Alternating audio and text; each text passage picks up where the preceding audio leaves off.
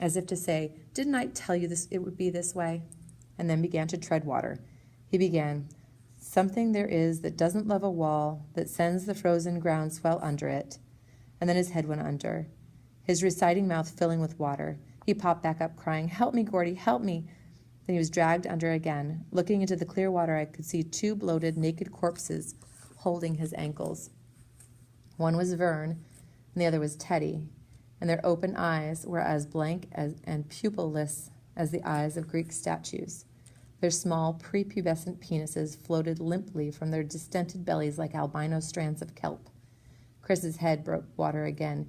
He held up one hand limply to me and voiced a screaming, womanish cry that rose and rose, ululating in the hot, sunny summer air.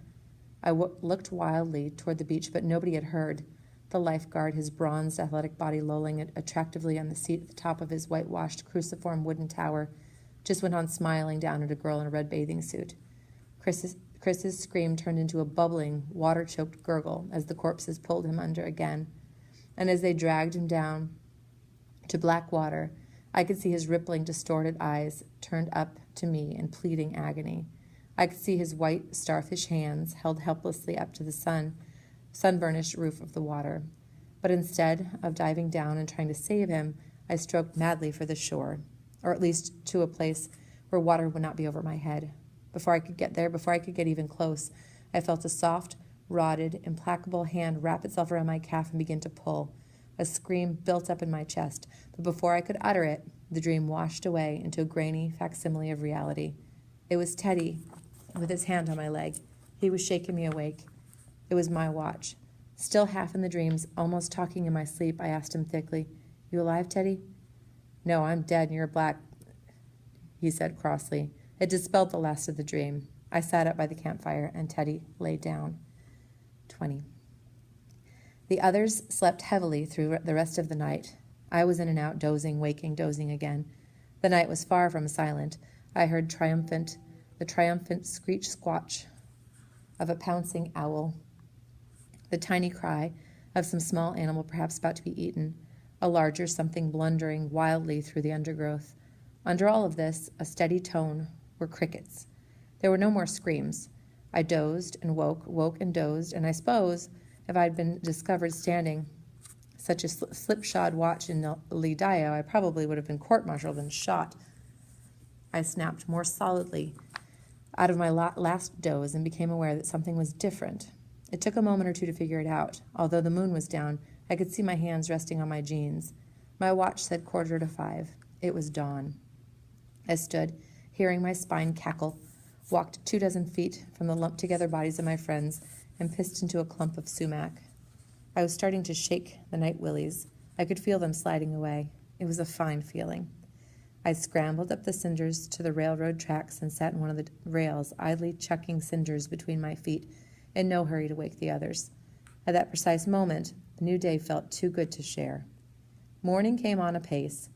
The noise of the crickets began to drop, and the shadows under the trees and bushes evaporated like puddles after a shower. The air had that peculiar lack of taste that presages the latest hot day in a famous series of hot days. Birds that had maybe cowered all night, just as we had done, now began to twitter self-importantly. A wren landed on top of the deadfall from which we had taken our firewood, preened itself, and then flew off. I don't know how long I sat there on that rail, watching the purple steal out of the sky as noiselessly as it had stolen in the evening before. Long enough for my butt to start complaining anyway. I was about to get up when I looked to my right and saw a deer standing on the railroad bed not 10 yards from me. My heart went up into my throat, so high that I think I could have put my hand in my mouth and touched it. My stomach and genitals filled with hot, dry excitement. Bethel Montes, if you are on campus, please call 4814. Bethel Sorry. Montes, 4814. I couldn't have moved if I'd wanted to. Her eyes weren't brown, but a dark, dusty black, the kind of velvet you see black backgrounding jewelry displays. Her small ears were scuffed suede. She looked serenely at me, head slightly lowered in for what I thought curiosity, seeing a kid with his hair in a sleep scarecrow of whorls and many-tined cowlicks wearing jeans with cuffs and brown khaki shirt. with elbows mended and the collar turned up in the hoodie tradition of the day. What I was seeing was some sort of gift, something given with a carelessness that was appalling. We looked at each other for a long time. I think it was a long time. Then she turned and walked off to the other side of the tracks, white bobtail flipping insouciantly. She found grass and began to crop. I couldn't believe it. She had begun a crop. Didn't look back at me and didn't need to. I was frozen solid. Then the rail started to thrum under my ass, and bare seconds later, the doe's head came up, cocked backward toward Castle Rock.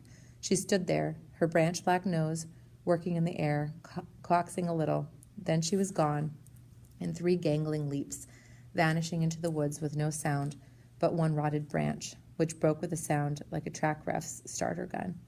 I sat there, looking mesmerized at the spot where she had been until the actual sound of the freight came up through the stillness. Then I skidded back down the bank to where the others were sleeping.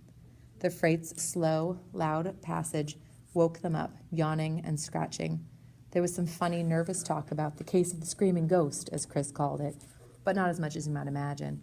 In daylight, it seemed more foolish than interesting, almost embarrassing, best forgotten. It was on the tip of my tongue to tell them about the deer, but I ended up not doing it. That was one thing I kept to myself. I've never spoken or written of it until just now, today. And I have to tell you that it seems a lesser thing written down, damn near inconsequential, but for me it was the best part of that trip, the cleanest part, and it was a moment I found myself returning to almost helplessly when there was trouble in my life. My first day in the bush in Vietnam, and this fellow walked into the clearing where we were with his hand over his nose, and he took his hand away and there was no nose there because it had been shot off. The time the doctor told us our youngest son might be hydrocephalic, he turned out to just have an oversized head, thank God. The long, crazy weeks before my mother died, I would find my thoughts turning back to that morning, the scuffed suede of her ears, the white flash of her tail. But 500 million red Chinese don't give a shit, right? The most important things are the hardest to say because words diminish them. It's hard to make strangers care about all the good things in your life.